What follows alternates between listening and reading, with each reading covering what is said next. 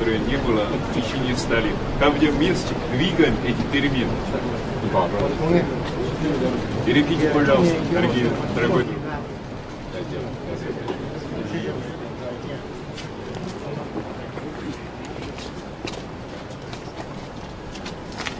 This is my first video update from Athens, Greece on this Wednesday morning.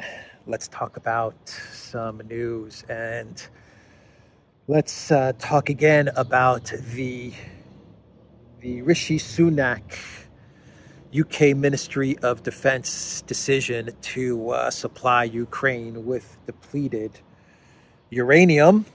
And we heard Vladimir Putin during his press conference with Xi Jinping say that Russia will be forced to respond to this action from the UK ministry. We heard from Lavrov saying that this will end badly for London. And Shoigu, he said that there are not many red lines left for the collective West to cross. And Maria Zakharova, she said this in a statement yesterday on her Telegram. This is what Maria Zakharova said. Britain will transfer depleted uranium ammunition to Ukraine, Deputy Defense Minister Annabel Goldie said. Yugoslav scenario, the shells not only kill but also contaminate the environment and cause cancer in people living on these lands. By the way, it is naive to believe that the victims will be only those against whom all this will be used in Yugoslavia. It was NATO soldiers, Italians in particular, who were the first to suffer. Then they tried for a long time to get compensation from NATO for their lost health, but their claims were denied. When will Ukraine wake up? I'm not talking about Bankova addicts, Ukrainian presidential administration drug addicts and their followers, but what about those who are still able to think their benefactors are poisoning them? So the Russian Foreign Ministry spokeswoman is referencing the depleted uranium that was used in Yugoslavia against Serbia. And from what I understand, the effects of the depleted uranium is still, it's still causing all kinds of horrible illnesses and diseases in Serbia. Even today, it's the effects of that depleted uranium is present. So that's how nasty and dangerous these weapons are. And a viewer sent me an email yesterday, and this references the depleted uranium used in the Gulf War. The effects of depleted uranium use were seen in the Gulf War, with British Royal Navy Commander Robert Greene reporting a surge of unexplained illnesses, cancers, and children born with genetic deformities among the Iraqi people, especially in the south near the battlefields. A confidential UN report leaked in May 1999 similarly concluded regarding depleted uranium weapons, this type of ammunition is nuclear waste and its use is very dangerous and harmful. In the subsequent Iraq War the following decade, the city of Fallujah was particularly heavily bombarded by depleted uranium weapons by U.S. forces, with Professor Chris Busby, one of the authors of a survey of 4,800 Fallujah residents, writing regarding the connection between these attacks and the rapid increase in cancers and birth defects that followed. Quote, to produce an effect like this, some very major mutagenic exposure must have occurred in 2004 when the attacks happened. He concluded that some kind of uranium weapon had to have been the cause. The Fallujah survey by 11 experts covering over 700 households concluded the effects on the population were similar to that in the Hiroshima. Survivors who were exposed to ionizing radiation from the bomb and uranium in the fallout. So from what I understand, the uranium weapons, they create a dust, and this dust is inhaled by the soldiers. It's inhaled by residents in the area. It seeps into the soil, into the land, into the water, and it's just it's just a horrible, horrible weapon to be using. But the Rich Sunak, his government has decided that they're going to supply these weapons to Ukraine. Now, why is Rishi Sunak and the UK government doing this? Well, one reason that I outlined yesterday was that the collective West, they have accepted the fact that they have lost the conflict in East Ukraine. And if they can't have that territory of East Ukraine, well, then they're going to poison it. And they're going to make the people of East Ukraine suffer. Those people are going to suffer for their choice of wanting to live free as a part of the Russian Federation and not under the rule of the coup government in Kiev, under the rule of the Elensky regime. And so now the Rishi Sunak government, they have decided that they're going to punish the people and they're going to poison the land because they lost the conflict in Ukraine. But another thing that this decision to supply depleted uranium does is that it furthers the goals of the neocons. And the neocons definitely would like to take this conflict nuclear. They would definitely like to move things forward towards a point where a dirty bomb or testing a tactical nuke or using a nuclear weapon is considered. And providing depleted uranium to Ukraine moves us one step closer to the goal of the neocons, which is to get this conflict to a level where there is serious discussion about using nuclear weapons or tactical nukes or dirty bombs or something like that. And that's what this decision does, because the projection of the collective West over the last year, which was that Russia is going to use a nuclear weapon, is obvious now. It's the collective West that all along has been trying to steer this conflict to a point where using nuclear weapons or tactical nukes is acceptable, because there are neocons that believe that they can win a war with Russia, a nuclear war with Russia. They can survive that war. They can definitely survive some sort of a tactical nuclear conflict with Russia. They can come out on top. And so one of the goals of this depleted uranium to Ukraine is that it takes us one step closer to a nuclear weapon type of dialogue, because it's uranium, depleted uranium, but it's uranium. It becomes part of the public discourse. Now it becomes accepted. It's going to be accepted that depleted uranium is being used to fight Russia. And so depleted uranium, tactical nukes, we're closer now. And that's the neocon plan, and that's the neocon collective West panic, and that's also the neocon and collective West projection. Every time that they said that Russia was going to use a nuclear weapon, it was actually them. They were the ones that were considering, that were eager to use nuclear weapons. And their panic is that they are going to lose the war in Ukraine, and they're going to be left with two choices. This is the fear, and this is the panic of the collective West and the neocons. They're going to be left with two choices. The one choice is NATO boots on the ground, and the other choice is going to be using some sort of nuclear weapon. That's what the neocons are going to try and present us with. They're going to realize that they've lost the conflict to Russia. They're already accepting that in the east of Ukraine, and they're going to realize that all of Ukraine is lost. And they're going to present the world with either NATO boots on the ground in order to save Ukraine, or tactical nukes or nuclear weapons in order to defeat Russia.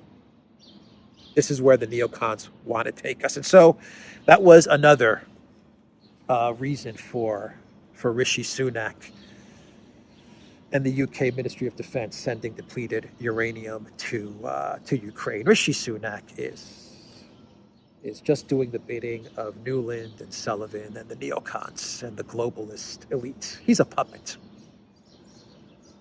The way Rishi Sunak talks, the way he moves, it's a puppet. You can even see videos of Sunak and it looks like someone is holding the strings and moving his arms up and down and and moving his lips. I mean, the guy's mannerisms, everything about him is puppet. It screams puppet. But that's the unelected Prime Minister of the UK, taking us one step closer towards some sort of NATO-Russia conflict or some sort of nuclear conflict with Russia. Another thing that the Sunak government wanted to do was to tarnish, to spoil the 3-day summit between Xi Jinping and Vladimir Putin. So the timing of this revelation that the UK ministry is sending depleted uranium to Ukraine was timed to coincide with the meeting between Putin and Xi. And it's not going to work. All this is going to do is it's going to harden China's stance. It's going to increase China's support and their friendship with Russia. It's going to increase the support of the entire world, of the entire global South, towards Russia. The citizens and the governments of many South American, African, Asian nations are going to look at this decision by the UK and they're going to say these people are freaking out of their minds.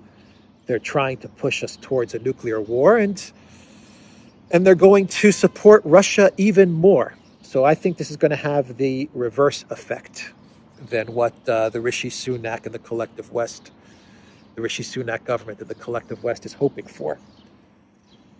You could see Xi Jinping's face when Vladimir Putin was saying that the UK is going to be supplying depleted uranium to Ukraine during that press conference. You could see the expression of Xi Jinping. He was horrified. He was upset and horrified. And I'm sure that he knew about this before the press conference. He obviously knew about this before the press conference and the statement from Putin. But even during the press conference, you could see that Xi Jinping was just like, man, these guys are losing their mind. You can tell he had that expression. He looked disgusted, but he also looked upset and determined. And how about Shoigu's face when Putin was announcing the depleted uranium to Ukraine? Man, Shoigu looked really, really mad. This is not going to end well for Rishi Sunak. This is not going to end well for this Sunak government. This is not going to end well at all for them. And from what I understand, the people of the UK, the people in Britain, are absolutely disgusted and upset with this decision from the Rishi Sunak government to send depleted uranium to Ukraine. So this was a very, very bad move by the Sunak government. Not that the Sunak government cares. You know, Rishi Rich, he is a puppet and he's just taking orders. So at the moment, he doesn't care what the people think, but the people are getting very, very upset, Sunak. And sooner or later, your Elensky curse moment is coming. It is on its way. So that's the story. That's the deal with the depleted uranium. We're not going to see any ICC Hague arrest warrants for Sunak. We're not going to see the UN. I would be very surprised if the UN comes out with a statement and says this is unacceptable and this is a war crime. We're not going to see any of that. John Kirby the other day was saying that any Chinese peace deal, any peace deal in Ukraine is unacceptable because the Elensky government and the United States will not accept losing territory in the east of Ukraine to Russia. That's what Kirby said. The U.S. will not accept losing territory in the east of Ukraine to Russia. And this is the territory that the Ukraine military will now poison with uranium. And Elensky gets on the video screen every night, and he gives this video statement, and he talks about how he is going to liberate the east of Ukraine and Crimea. Now, how in God's name, Elensky, are you going to liberate the east of Ukraine when at the same time you're going to be bombing them and destroying their land and causing cancer in their population for decades to come with depleted uranium? These are the people that you're planning on governing. These are the people that you're going to liberate. This is the land that you're going to liberate, Elensky. The land that you're now poisoning with depleted uranium. Of course not. It's an admission from the collective West that they lost the conflict in Ukraine. And that's what's happening in Bakhmut. That's what's happening in Avdiivka. The Ukraine military is losing. They're losing bad. And what did Richie Rich Sunak decide? What did his puppeteers, his little puppeteers that are making Sunak move? Sunak, move your hand up. Sunak, move your hand down. Sunak, move your lips. Move your lips. Richie Rich Sunak, what did they decide to do? They said, you know what? We've lost the east of Ukraine, so we might as well poison the land and poison the people. That's how they accept the military loss. So what's going to happen when they are on the brink of losing all of Ukraine? What are they going to decide? What decision are they going to make when they're about to lose the entire conflict in Ukraine? NATO boots or tactical nukes? What are the neocons going to come up with? Anyway, that's enough of that. Let's now talk about the Viktor Orban government. They made 3 decisions over the past couple of days, which I think are very interesting decisions. And not many people are talking about this, at least not the collectivist media. They're not talking about the decisions made by the Viktor Orban government, but I'm going to discuss the decisions that the Viktor Orban government made. 3 decisions that they took, 3 statements that they made over the past couple of days. The first statement that the Viktor Orban government made was that Ukraine has 0 chance of entering NATO or the European Union unless they stop persecuting the ethnic Hungarians in the western region of Transcarpathia. That is a statement from the Viktor Orban government. And for the Viktor Orban government to say that Ukraine, the Elensky government, the Elensky regime, is not going to get into the EU or NATO unless they respect the rights of ethnic Hungarians who are Ukraine citizens, but they're ethnic Hungarians. Unless they respect their human rights, they will not get into the European Union or NATO. Well, that means that ethnic Hungarians are being persecuted. That is what Viktor Orban is saying. He is saying to the Elensky regime, stop persecuting, stop trampling on the human rights of ethnic Hungarians who reside in this region. If you don't stop trampling on the human rights of these people, then we will veto any suggestion of Ukraine entering the EU or NATO. So it is an admission from the Orban government that the Elensky government is persecuting its very own citizens because they are of a different ethnicity. They speak a different language. They may have a different religion. They may look different, and for that reason, the Elensky regime is trampling on their human rights.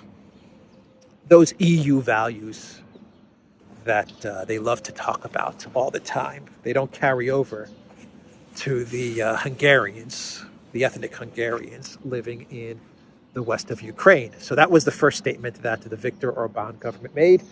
The second statement that the Viktor Orban government made is that they will not sign up to this EU Jungle Joseph Borrell statement in support of the ICC Hague arrest warrant for Vladimir Putin. So Jungle Joseph Borrell, he wanted all EU member states to jointly put together a statement saying that they support the ICC, the criminal court, the International Criminal Court. They support the decision to issue an arrest warrant for Vladimir Putin. And that is what Jungle Joseph Borrell was pushing EU member states to sign up to.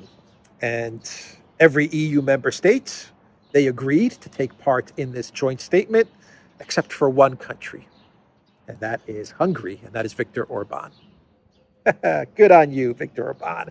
And this really pissed off Jungle Joseph because he couldn't issue a statement from the European Union with all of the EU member states signed up to the statement, and he had to issue a statement by himself. So Jungle Joseph Borrell had to issue a statement as the foreign policy chief of the European Union, saying that Jungle Joseph Borrell supports the decision of the ICC to issue an arrest warrant for Vladimir Putin.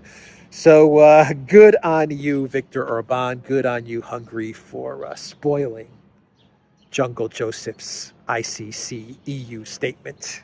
Very, very cool. And the final thing that Hungary did, the final statement, is that the final decision, actually, because it's a decision that the Orban government took, is that they will not take part in the latest EU slush fund. And this is a slush fund that the EU is putting together, a 2 billion euro slush fund. And this is a slush fund to purchase and to provide ammunition to the Elensky regime. So whenever the European Union, whenever they come up with a slush fund, they come up with the idea for a slush fund, it's all about the 10% for the big guy.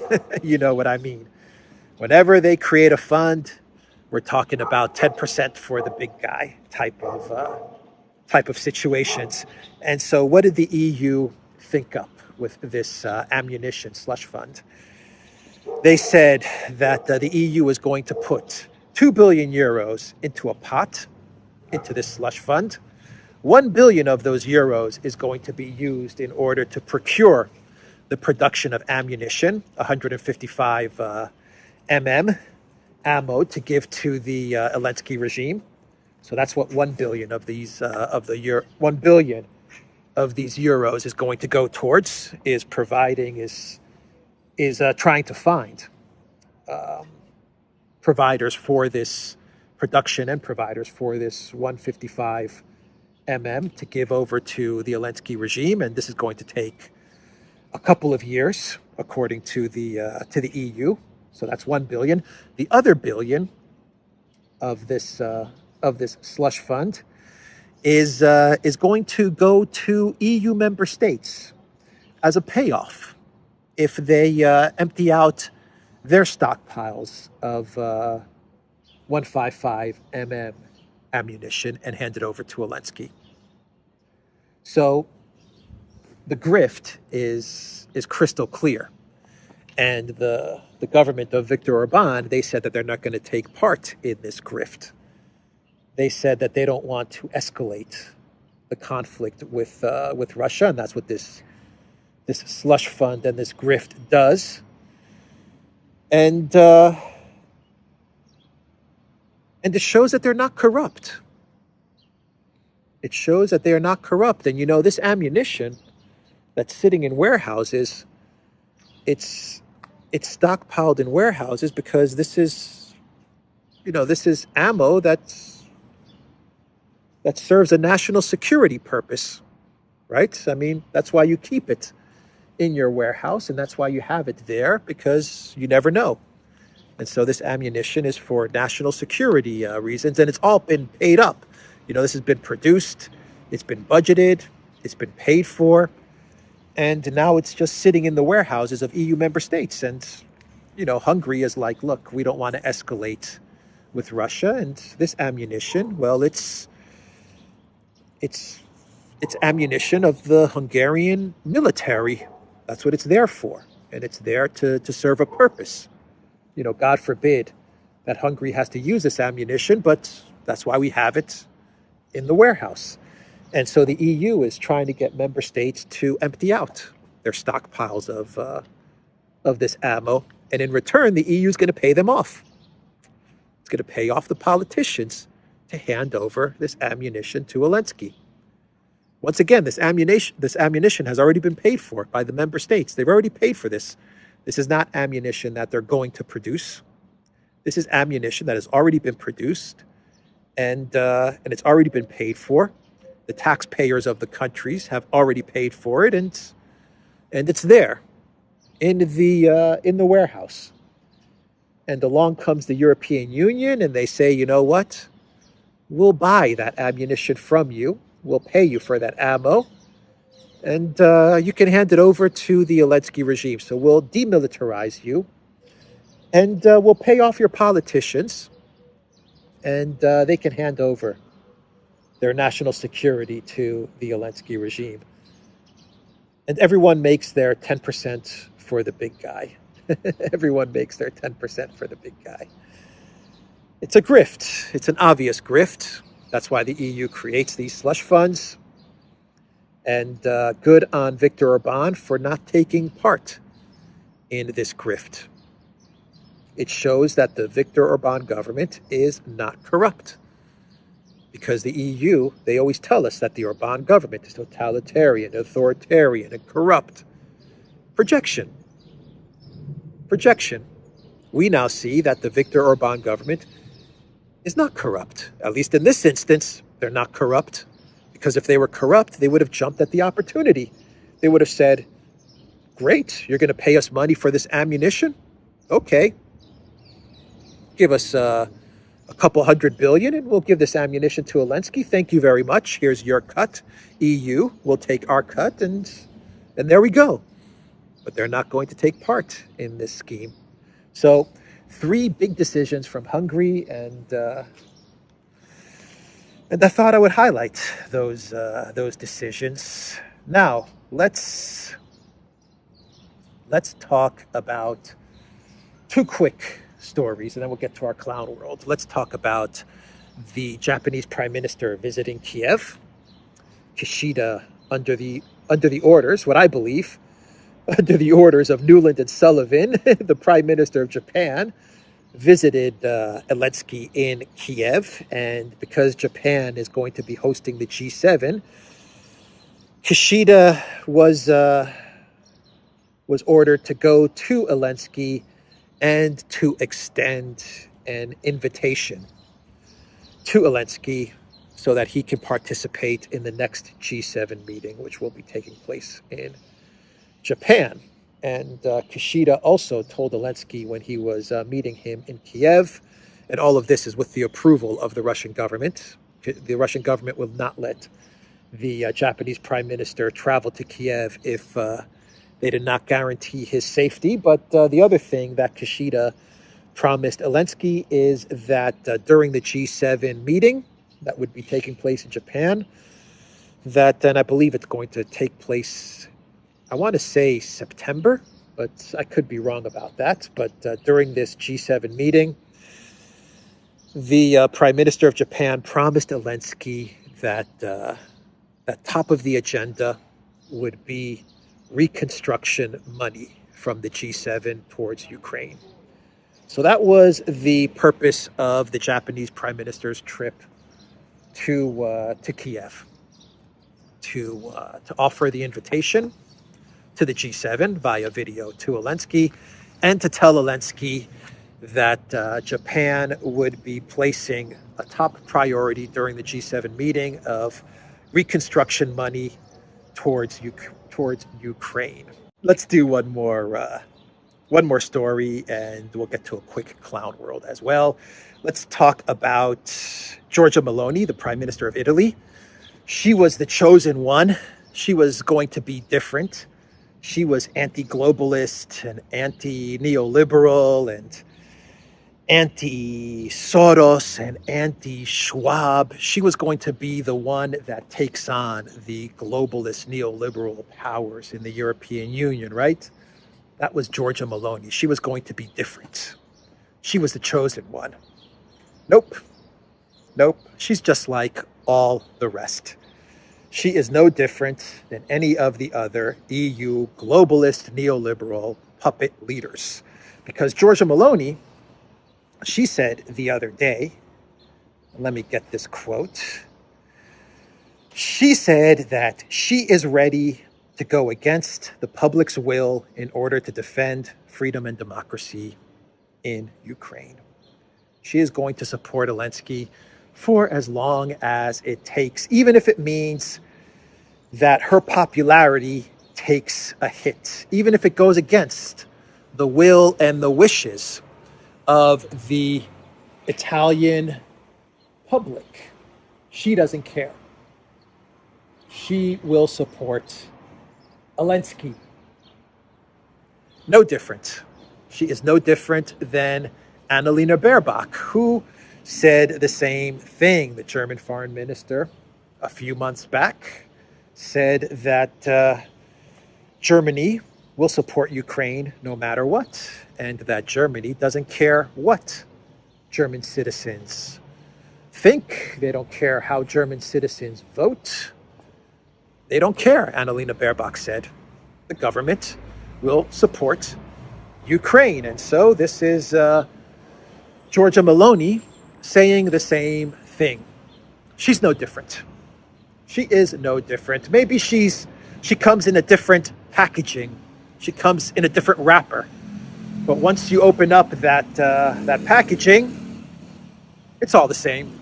It's the same neoliberalism, the same globalism, the same Schwab, the same Soros, the same Newland and Sullivan. Once you open up that packaging, you get to the same product, NATO, EU, as long as it takes.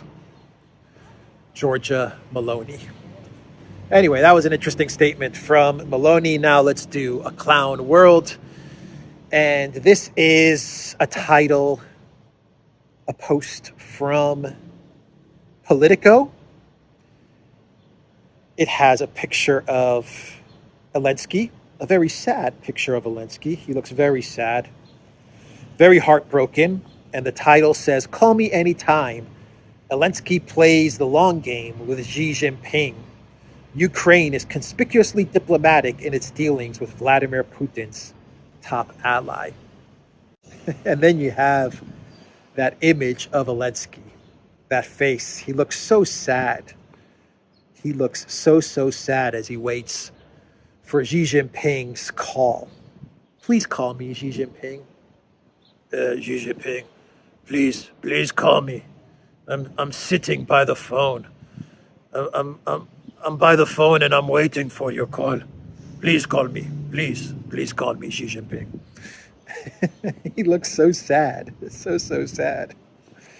Oh, man. Joe Biden, the Biden White House, they're trying to set up a call with China, and they're getting ghosted. China isn't replying to the Biden White House. So sad. So sad.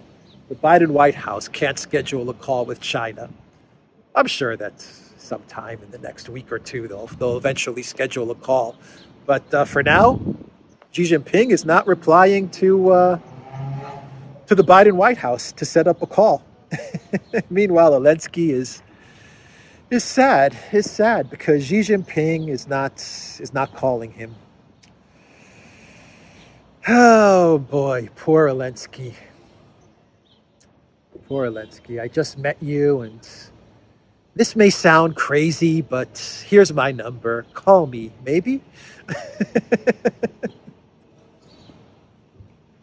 Anyway, that's the video. TheDuran.locals.com. We are on Rumble and Rockfin, Odyssey, Big Shoot, and Telegram. And go to the Duran shop, 10% off. Use the code. Good day. Take care.